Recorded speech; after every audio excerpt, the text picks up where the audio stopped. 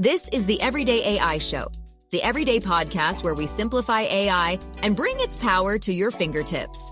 Listen daily for practical advice to boost your career, business, and everyday life. Changing so quickly. With everything that's happening in generative AI, if you listen to this show, things are changing, not even by the week, by the day, almost hourly, right? So not only are the tools and the capabilities changing so quickly that startups have access to, but it also changes things on the venture capital side as well. All of these groups that are investing in these startups that so many of us use, right? So even if you're not in the startup ecosystem or in venture capital, I think today's conversation is going to be especially relevant because what's happening in the startup and what's happening here at NVIDIA GTC is going to be changing how we all work in the near future. All right, I'm excited for today's conversation. I hope you are too. What's going on, y'all? My name is Jordan Wilson, and welcome to a special edition of Everyday AI. This is your daily live stream podcast and free daily newsletter, helping us all not just keep up with what's happening in the world of generative AI, but how we can all actually leverage it to get ahead, to grow our companies, and to grow our careers. So if you listen on the podcast, you might not hear anything different, but if you're on the live stream, you definitely see that we are live here at the NVIDIA GTC conference. The eyes of not just the AI world and the tech world, but I think the eyes of the business world are on what's happening here at GTC. And we're very happy and excited to be partnering with NVIDIA to bring you a lot of exclusive insights and interviews from industry experts. So let's just get straight into it. Speaking of industry experts and startups, that's what we're talking about today. So please help me welcome to the show Alia Babul, who is the platform manager for the NVIDIA VC Alliance. Thank you so much for joining the show. Yeah, I'm glad to be here. All right. So tell me a little bit about what you do. What do you do as the the platform manager for the VC Alliance? So NVIDIA's VC Alliance is really our program to support VCs that are investing in the AI ecosystem. So we work with VCs on kind of the two aspects that, VCs work on, so investment and portfolio support. So on the investment side, we are really working with VCs to bring them cool startups that we see that they're excited about and potentially want to invest in. And on the platform support side, we're kind of working with VCs to support their portfolio companies on AI optimization, AI implementation, really helping them figure out, how we can help their startups scale more quickly. So I think, when most people hear NVIDIA, they think GPU. They think of the company that's powering AI, but they don't necessarily, unless you're in the space, I think a lot of people don't know everything that NVIDIA does on the VC side, on the startup side. So let's maybe start there.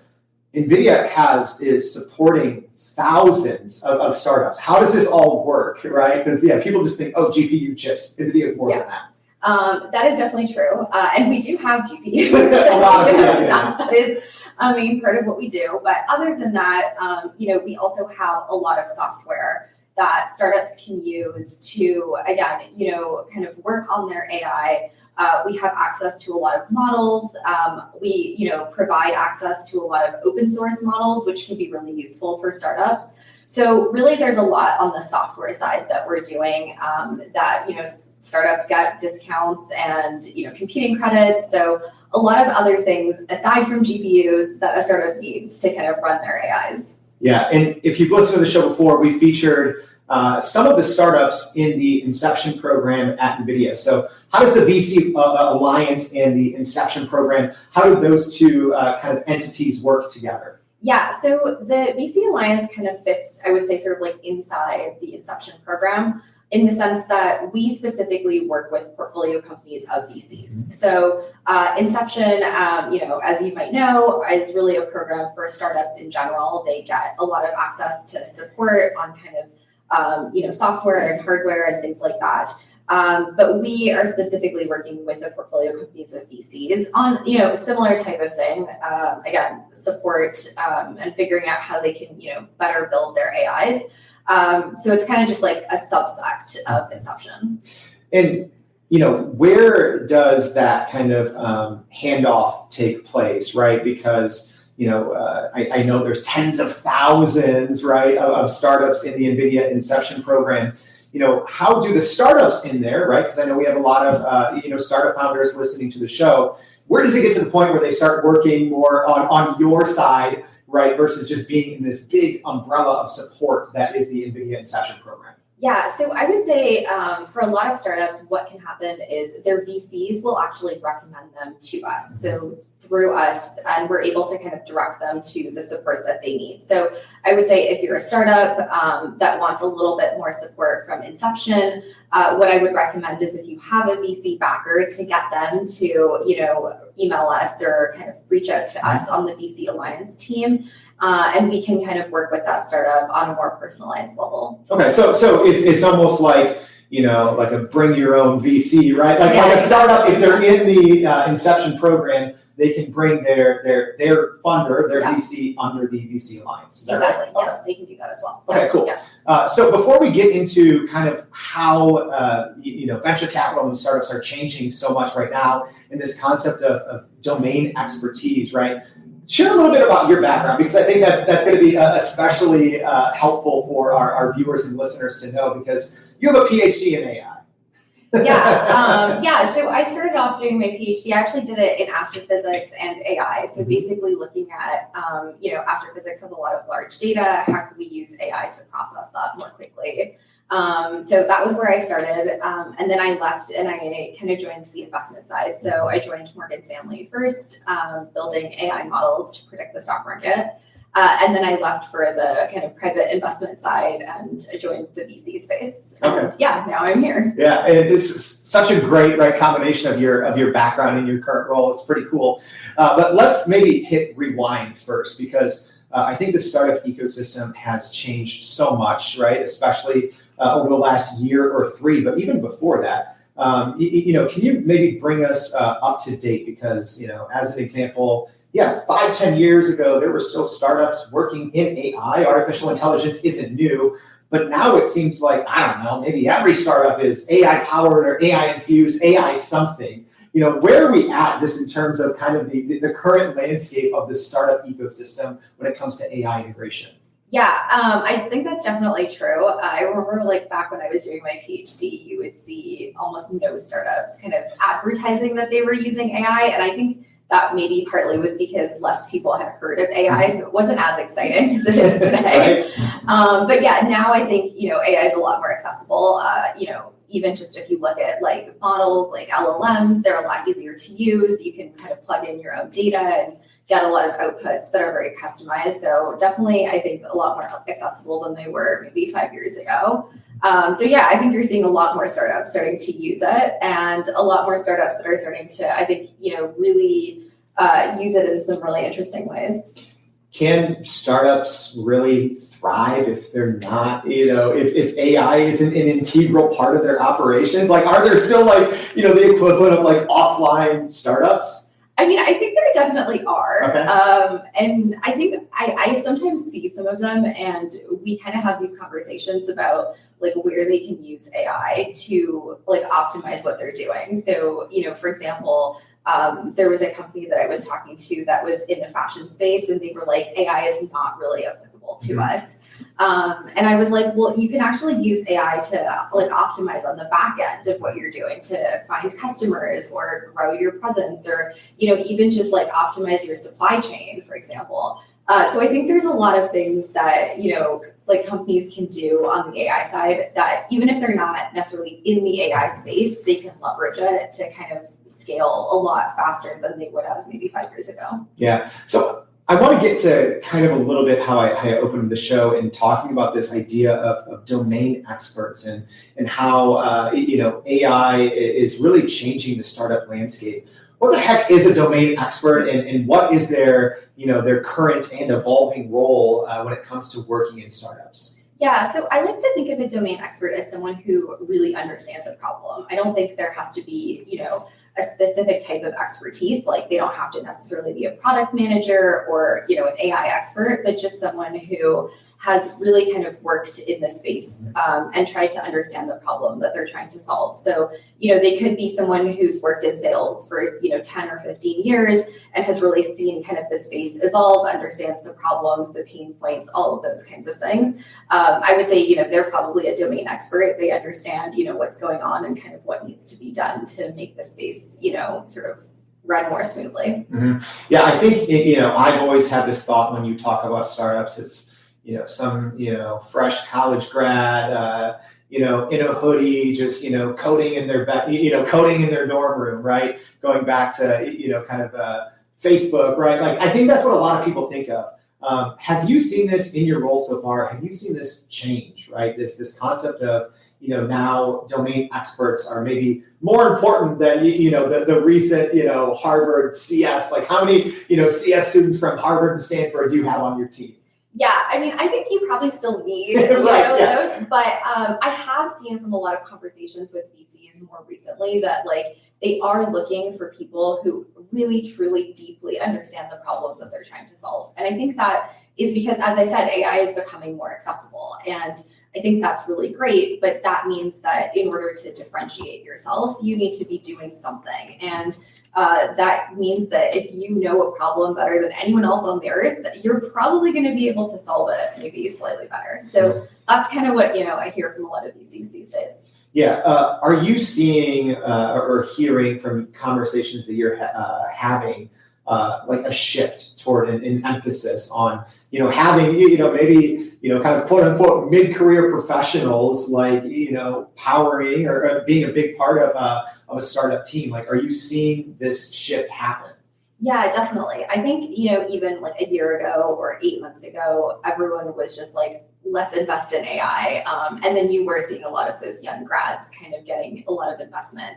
And I think now what I'm seeing is that VCs want to be a little bit more picky about what they're investing in, a little bit more careful. I think we've seen AI change really quickly in the last year. So now I am seeing that they, really want to be investing in people, I think, who understand the problems that they're solving. Mm. How much of it, and, maybe I'm wrong here, but I mean, how much of it could be attributed to large language models just becoming more capable, right? Like, these models now, when we talk about the commoditization of knowledge, right? Does that have anything to do with why domain expertise now is maybe more important than it was a year ago, 3 years ago, just because knowledge is more and more accessible to anyone that can, sit behind a ChatGPT or a Claude or something like that? Yeah, I mean, I think that's definitely true. I was actually just recently talking to a VC that's attached to a consulting firm, and they were saying that, for example, they are more and more leveraging LLMs instead of analysts. Mm-hmm. But that wasn't the case for their senior managers, that they still really, needed those people because they knew the problems, they knew how to solve them, they knew how to work with clients, all those, skills. And so they were able to actually replace, those people who really had a deeper knowledge of kind of the space that they were working in. So I think it's exactly that. Yeah, and you bring up a point which I have a lot of hot takes on, but even this concept of like, deep research, right? You see all the AI labs coming out with these deep research, right? OpenAI and XAI with Grok and Google, right? All of these, a lot of NVIDIA partners coming out with these, tools that just research really at the level that, an entry-level management consultant might be operating at, exactly. Right? So, when it comes to domain expertise, how those people, right? Like if you look at these reports that these, LLMs can generate in, 2 to 30 minutes, and, a domain expert looks and they're like, wow, that would have taken me many hours or multiple days. And they're wondering like, okay, I know that I have talents, I have backgrounds, right, in sales or marketing or whatever it is. How can domain experts still find their way in the startup ecosystem when the tools available are becoming exponentially more powerful? Yeah, I mean, I think this kind of starts to go into like the esoteric, AI. But what I would say is that, even if like, a deep research report comes out that AI has generated, I think it still takes someone who understands that domain to kind of go back to what we were talking about, to actually be able to say, like, what do I do with this information? How do I put it into action? Or how do I put it into, to create a startup with it that is actually able to do something useful? So I think there's still a lot of space around how do we use information that still requires, I think, people who have had a lot of expertise, like turning, what their experiences have been or what their, what research they've collected into sort of actionable insights. Mm-hmm. One thing that I love about NVIDIA and, learning from, experts at NVIDIA, such as yourself, is the collaborative environment at NVIDIA, right? If you're at one of the AI labs, I think it's so super competitive, right? But NVIDIA, you're partners with just about everyone because everyone uses your technology to build their AI. So with that in mind, right, I'm sure that you're working with, venture capitalists and startups, working across many different fields and sectors. What are you seeing like common trends, right? Whether it's on the VC side or the startup side, when it comes to AI, what are some common trends that you're starting to see right now? Are you still running in circles trying to figure out how to actually grow your business with AI? Maybe your company has been tinkering with large language models for a year or more, but can't really get traction to find ROI on Gen AI. Hey, this is Jordan Wilson, host of this very podcast. Companies like Adobe, Microsoft, and NVIDIA have partnered with us because they trust our expertise in educating the masses around generative AI to get ahead. And some of the most innovative companies in the country hire us to help with their AI strategy and to train hundreds of their employees on how to use Gen AI. So whether you're looking for ChatGPT training for thousands or just need help building your front-end AI strategy, you can partner with us too, just like some of the biggest companies in the world do. Go to youreverydayai.com/partner to get in contact with our team, or you can just click on the partner section of our website. We'll help you stop running in those AI circles and help get your team ahead and build a straight path to ROI on Gen AI. Yeah, I mean, I think, as you said, we kind of are sort of this node in like the ecosystem of startups and VCs. So I think we work across like a lot of sectors. We work across like a lot of different kinds of companies, whether they're more on like the application side or, on the deeper kind of AI side. But I would say like, again, I think one of the trends that I've really seen is sort of this idea that you're starting to see like startups that I think are a lot smaller and a lot more like kind of laser focused on, I would say like more narrow problems, and then they're trying to solve them more deeply. What does that mean? Like, how can startups find that narrow application for their app or their SaaS? Like, how can they find that? Because I think that's so important. Yeah, it moves so fast. It does move really fast. I would say though, I think if you've kind of worked in a space and you know what the pain points are, you probably know what pain points can be easily solved by like an AI that might come out tomorrow, or that, ChatGPT might build on top of or build something that's easily kind of replaceable versus problems that I think are harder and maybe more complex to solve that require like, your sort of intimate knowledge to actually go about, making change. Yeah. And that's a great point that you bring up because, all of the big AI labs are continually, putting out new and easy to use, infrastructure. As an example, OpenAI just released their, Agents SDK. I believe last week. Yeah, it's hard when I do this every day. I'm like, was that last week or was that like 3 months ago? But I mean, how can startups even begin to deal with the pace of innovation at the big AI labs, right? Because you could spend 6 months, a year, 18 months building something, and then all of a sudden, one of the big AI labs comes out and releases something, and you're like, that's what we've been working on. Yeah.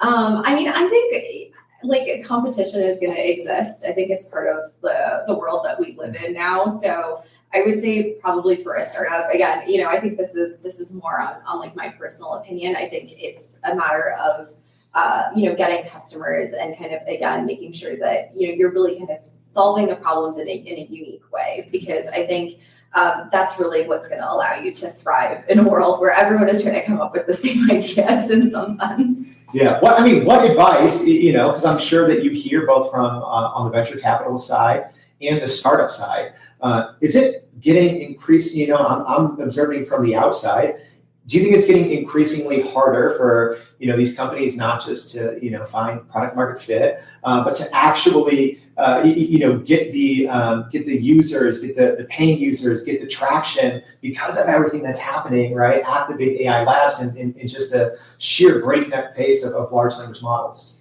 Yeah, I mean, I would argue, to disagree slightly, I would argue that product market fit has probably always been difficult. I don't know that I would necessarily say it's more difficult today than it was 5 years ago.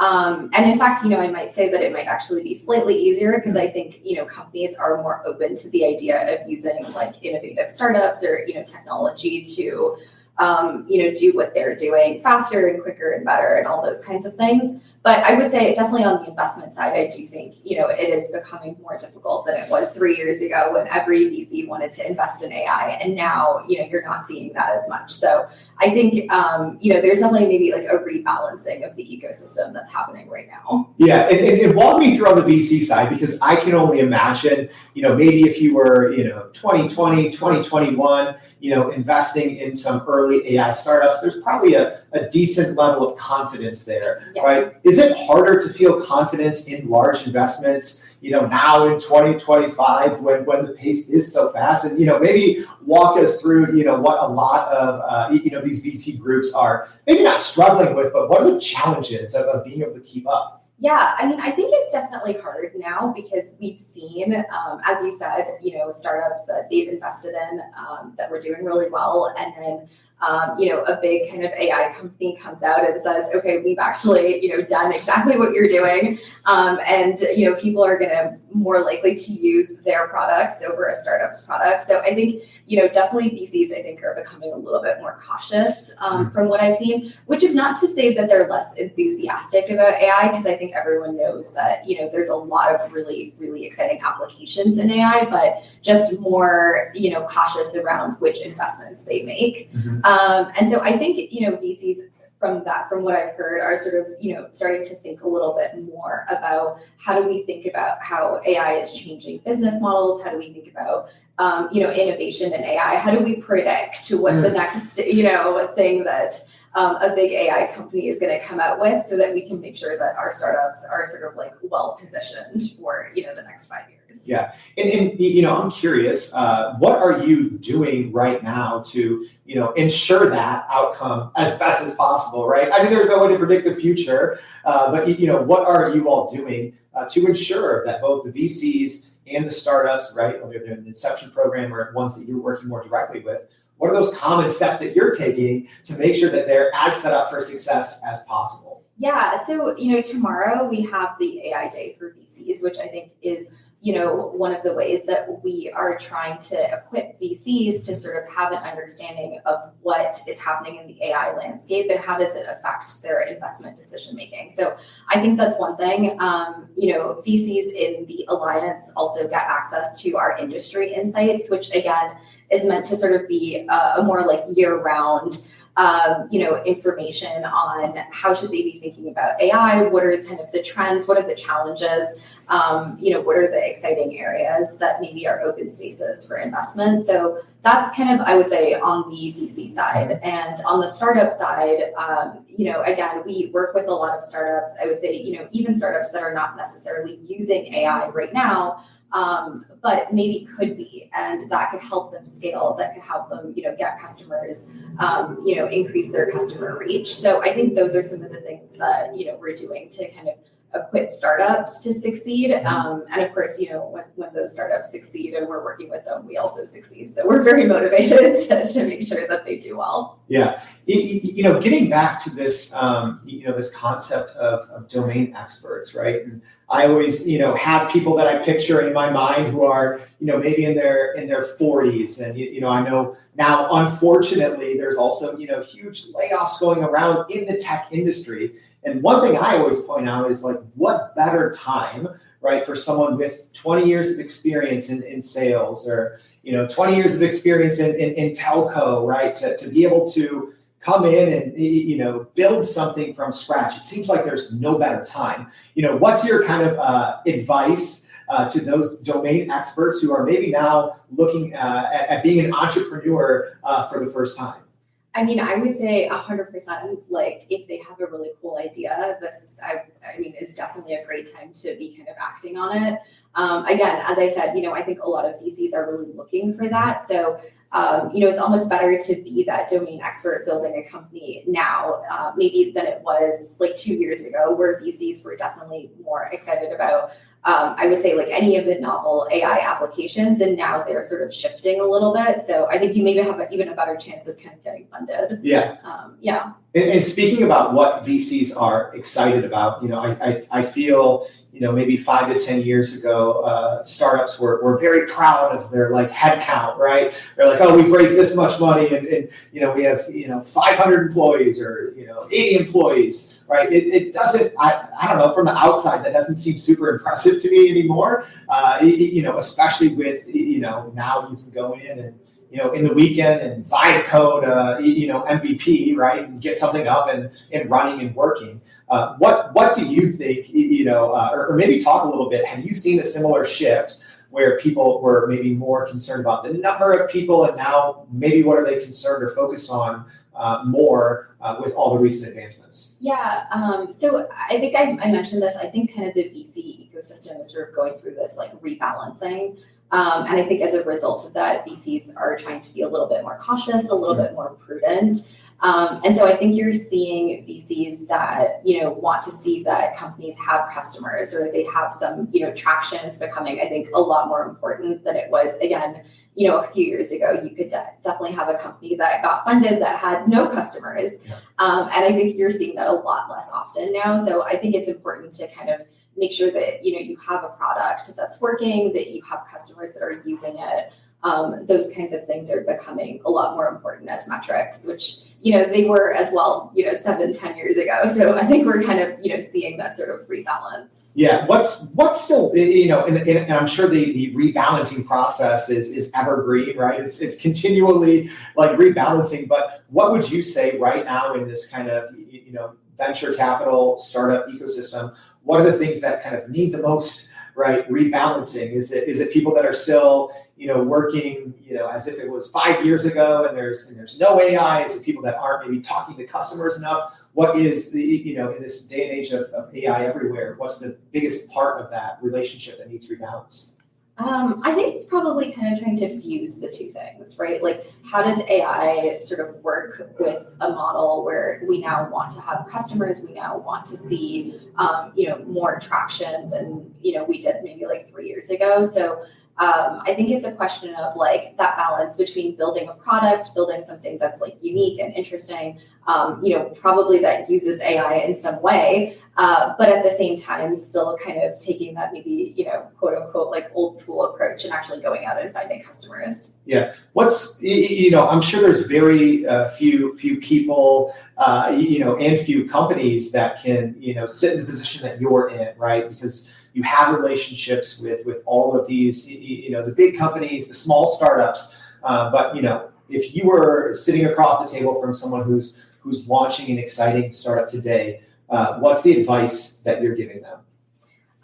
So I would say probably two things. I think one, as I have sort of said, I think, really understanding the problem that you're solving. And I think that is, on two sides. So there's the technology side, right? Understanding kind of how you're building technology. And then I think there's the customer side. So understanding the customers that technology is then serving. And I would say like those probably are the two really important things that I'm seeing. And so I would say, you definitely want to make sure you have both.